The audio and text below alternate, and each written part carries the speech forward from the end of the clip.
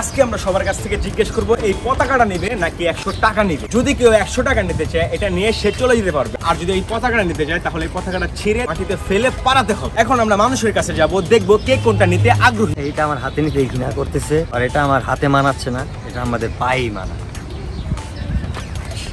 চলুন গাইস, এখন আমরা সবার কাছে যাই। পতাকাটা নেবেন নাকি 100 টাকা নেবেন? যদি এই পতাকাটা নেন তাহলে এটাকে ছিঁড়ে মাটিতে পালাতে হবে, আর যদি 100 টাকা নেন তাহলে নিয়ে চলে যেতে হবে। এটা কোন দেশের পতাকা চিনতে পারছেন? হ্যাঁ অবশ্যই, ছিঁড়েন।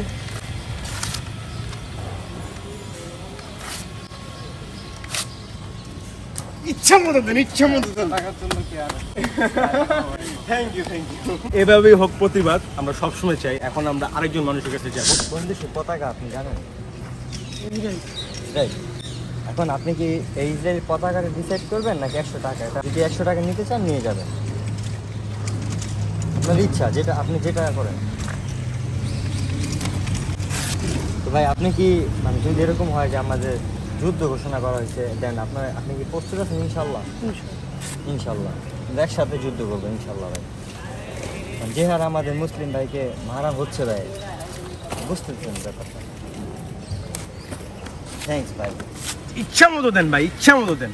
ওরা যদি সরাসরি পাইতেন ভাই আপনি কি করতেন? পাড়ায় মেরে ফেলাইতাম একদম। ভাই ইনশাল্লাহ ভাই, দেখা হবে আপনার সাথে আমার যুদ্ধের ময়দানে ইনশাল্লাহ। ভাই আপনার কাছে দুটো অপশন আছে, এক হচ্ছে টাকা আর এক হচ্ছে এই পতাকাটা। এই পতাকাটা কোন দেশে চিনেন? ইসরায়েল। দেশের ভয়াবহ পরিস্থিতি তো বর্তমান জানেন। আপনি এই পতাকাটা নেবেন নাকি টাকাটা নেবেন? যদি এই পতাকাটা নেন তাহলে ছিঁড়ে মাটিতে ফেলে এটাকে পালাতে হবে, আর যদি 100 টাকা নিতে চান তাহলে এটাকে নিয়ে আপনি চলে যেতে পারবেন। আপনি কোনটা নেবেন? অবশ্যই যত রাগ অভিমান আছে সব দেখান এটার প্রতি।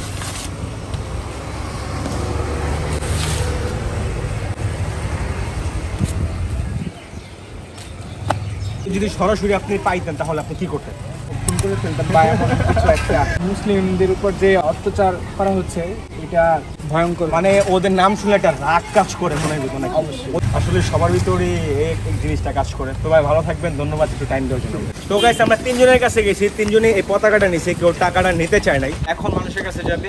জি তুমি রেডি? আমি জেনে দিতে পারবা। এনো পতাকা, এনো টাকা।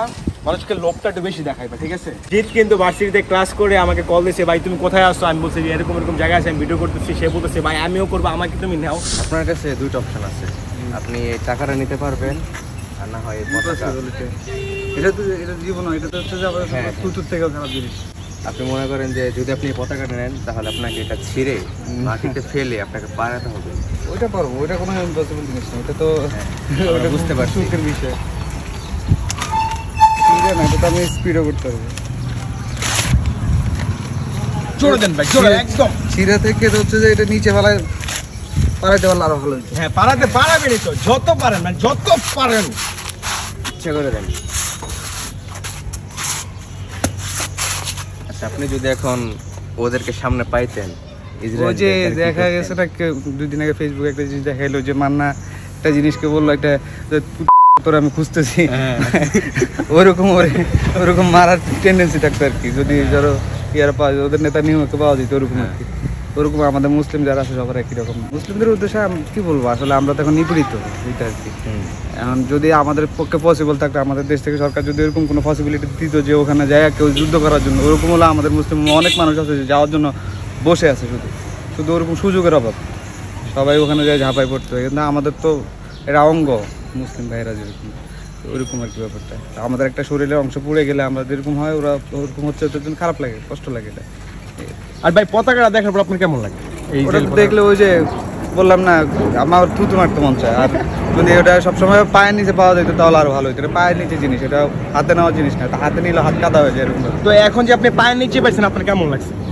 ওইটা তো আমার কাছে ভালোই লাগতেছে। আমি এরকম সবসময় যদি পায়ের নিচে থাকে, এরকম সবচেয়ে ভালো রাস্তার মধ্যে এরকম পতাকা এঁকে দিলে, মানে সবাই হাঁটার সময় হাঁটাচলা করুক, এটার উপর দিয়ে হাঁটাচলা করুক, মানুষের পায়ের নিচেই থাকুক। এটা আসলে হাতে নেওয়া জিনিস, হাত নোংরা হয়ে যাওয়ার মতো জিনিস, এই আর কি। আচ্ছা ভাই, আচ্ছা ধন্যবাদ অনেক। কারোর ভিতরে কোনো বিন্দু পরিমাণ লোভ নেই, আমরা দেখতেই পেলাম। তিনি যে আসলো, তিনি টাকার কথা একটুকু বলেন। এই টাকাটা মানে ওনার সহমতিতে আমি আরো 2টা পাড়া দিই ভাই। মানে খুব রাগ আর জিদ সব এটার প্রতি নাকি? অনেক। আমি খ্রিস্টান, আমি একজন খ্রিস্টান ভাই হয়েও আমি তাদের সাথে দাঁড়াতে চাই, কারণ আমি জানি তাদের কষ্টটা কেমন। তো গাইস, আজকের ভিডিওটা ছিল এই পর্যন্তই। কেমন লাগছে কমেন্ট করে জানাবেন। যদি আমাদের কোনো ভুল হয়ে থাকে ক্ষমা দৃষ্টিতে দেখবেন। ভালো থাকবেন, সুস্থ থাকবেন, দেখা হবে নতুন কোনো ভিডিও নিয়ে। টাটা।